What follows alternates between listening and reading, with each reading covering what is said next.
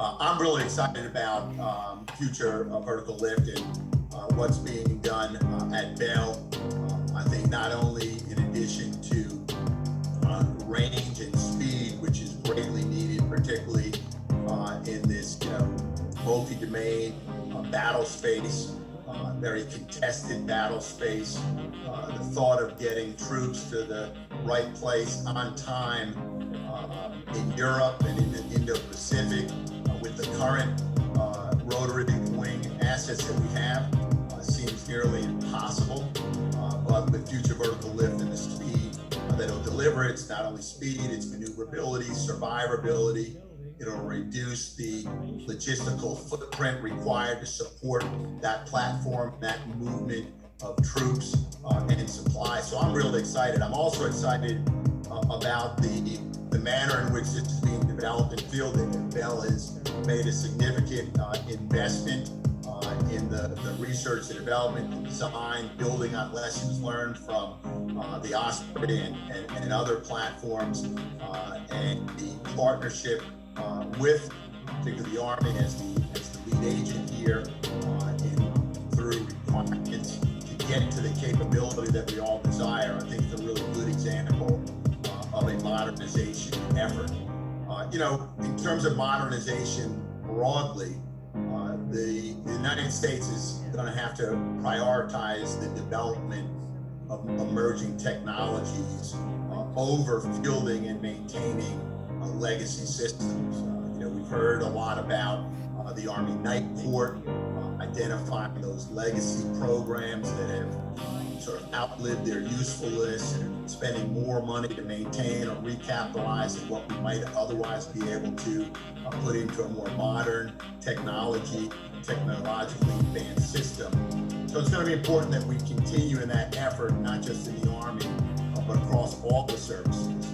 This might require significant changes to the Pentagon's force structure, our posture, operational plans, and certainly the acquisition system.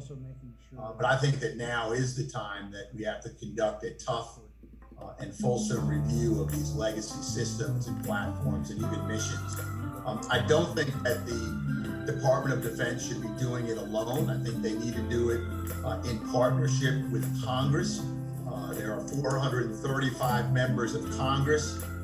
You can be certain that the supply chain for every major program resides somewhere in one of those congressional districts. Members of Congress tend to get territorial, which can interfere with the introduction of emerging and new technologies in defense. So I think they're going to have to work closely with Congress and explain that rationale. But if we're going to win this race for technological advancements, whether it's in these larger platforms, systems, in artificial intelligence, biotechnology, quantum computing, micromechanics, you name it, all of which are the foundation of emerging technologies and our modernization efforts, it's going to require a whole of nation approach. And that means harnessing the ingenuity, the investments in America's private sector, along with the investments, the experience and the know-how of the public sector. We know that much of the leading research is performed in industry today, and industry needs to be a vital partner in national security. In the 1960s, the federal government provided 65% of research funding. That's down to 20% today. The DoD receives more than 40% of all federal R&D appropriations, much of which should be invested in basic scientific research. And to see that increased government investment in basic scientific research complemented by increased cooperation with the private sector to quickly adopt the resulting technologies. Partnerships between the federal government and industry are critical for ensuring that we have both the emerging technologies pushed out to the warfighters and that we can continue to develop the talent needed in the national security workforce and maintain the United States advantage in R&D, which many would argue and agree is waning and perhaps even slipping to China. Some suggestions to winning this race, particularly for artificial intelligence, would be to include AI development in every major defense acquisition program, increasing U.S. investments in foundational science and technology research. Some would suggest we should commit to spending at least 1% of GDP on basic research that is government supported. So modernization and new platforms, emerging technologies is a direction we're needing to move in. It's going to take a rigorous review of legacy platforms and systems, a review of our acquisition systems, changing the culture and the mindset of how we do business, what risk we're willing to accept, what we need to share with the private sector. But I'm really excited, and I think Future Vertical Lift is a fine example of how we can modernize our forces. Thank you. If I could now, I'd like to connect this conversation to some of the recent developments in our world and in our country of the last year in particular, everything from COVID-19 to some of the societal churn and racial issues that we faced. I know both of you have thought a lot about this and how it connects to defense, which is not always the most obvious, but is still very important. And if I could begin by sort of more broadly just depicting that new world. You know, I've been struck that with the House Armed Services Committee in particular, Congressman, there's a lot of bipartisan cooperation. And a lot of what you just said echoes or perhaps informed the task force Congressman Banks led in a bipartisan fashion. We were able to showcase about a month ago at Brookings as well, with the emphasis on AI, the emphasis on innovation over legacy systems, but also a recognition in a bipartisan way that the defense budget has probably stopped growing for a while, barring some major new development abroad. And certainly COVID would seem to reinforce that by compounding our deficit and debt situation.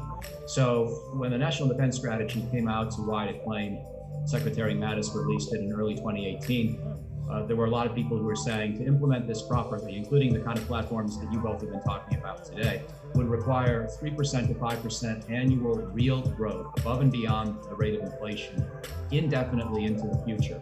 In other words, a constantly growing defense budget, growing at least as fast as the GDP, probably a little faster. That was what everybody from General Dunford to now General Milley to the National Defense Strategy Commission, including people like Michelle Flournoy, everybody was saying about 2 years ago, and nobody is saying that anymore. I'm slightly exaggerating, but not by much, because we know the Trump administration's own budget projections released before COVID became a major crisis already anticipated a flattening of the defense budget in the next 5 years. And we also know the 2021 fiscal year that we've now entered is going to be characterized by the same level of defense spending as 2020, without even a full adjustment for inflation.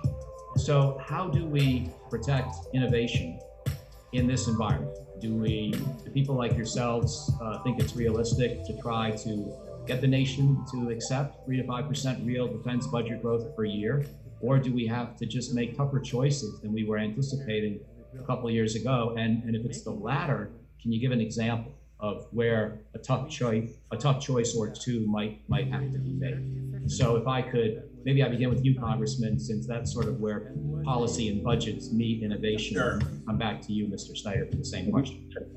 Sure. And let me just start maybe a little broader and then kind of hone in on that. But, you know, because for starters, I'd like to emphasize that every time we talk about the budget, non-defense, I always like to emphasize my firm belief that our entire federal budget should be viewed as a national security budget. Some of the budget items are directly related to the military and others aren't. And it's important that we strike a balance between what we've generally considered domestic spending and priorities and programs and what we traditionally view as national security or foreign policy or military type spending objectives. I think many of us anticipate that the defense spending is likely to decline or at least remain flat in the coming years, as you mentioned, Michael. And I think that's regardless of who wins in November's presidential election.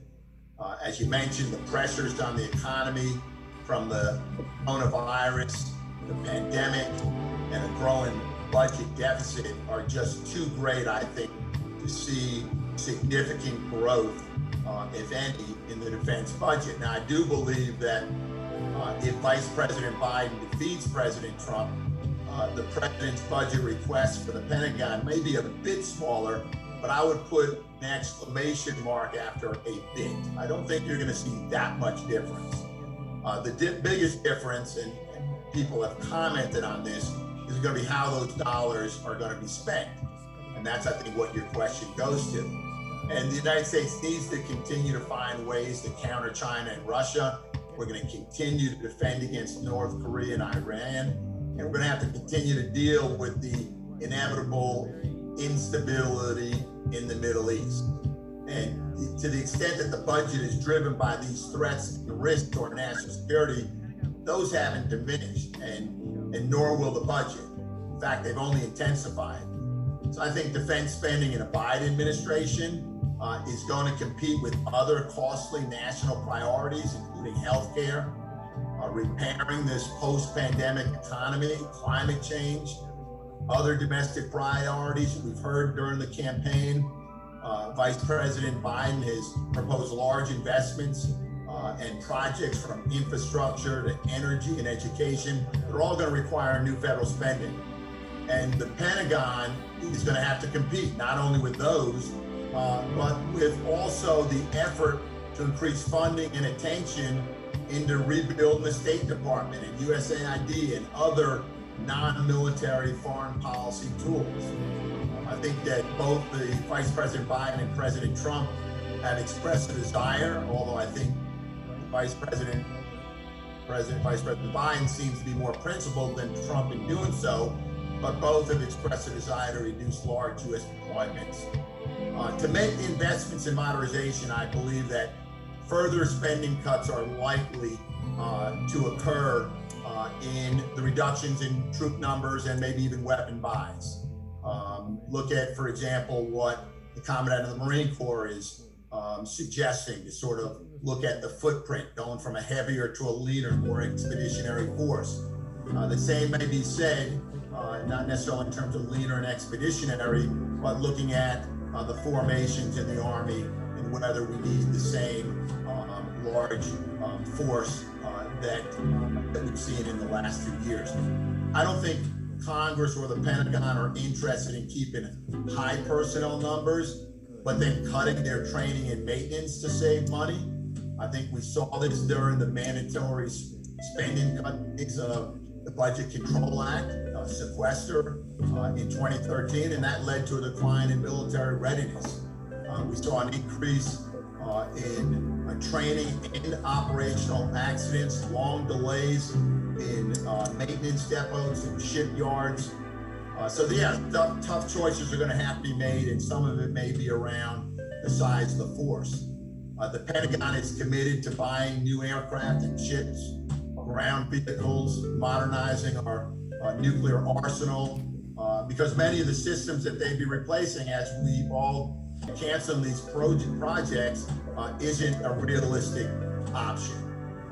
But to be certain, no matter, and I'll restate this because I said this before, no matter who wins this election in a few short days, Congress is going to want to be, and I'll say as a member of Congress and someone who represents the American people, we're going to have greater visibility on the rationale and the analysis behind the decisions to retire certain weapon systems and to make the changes in the force structure that's required. Nothing that I said is new. As you mentioned, the National Defense Strategy Commission, I've spoken to the task force on future defense, led by Seth Moulton and Representative Banks, has spoken to this as well. So we'll be making some tough choices, and it's going to be difficult and a challenge regardless of the outcome of the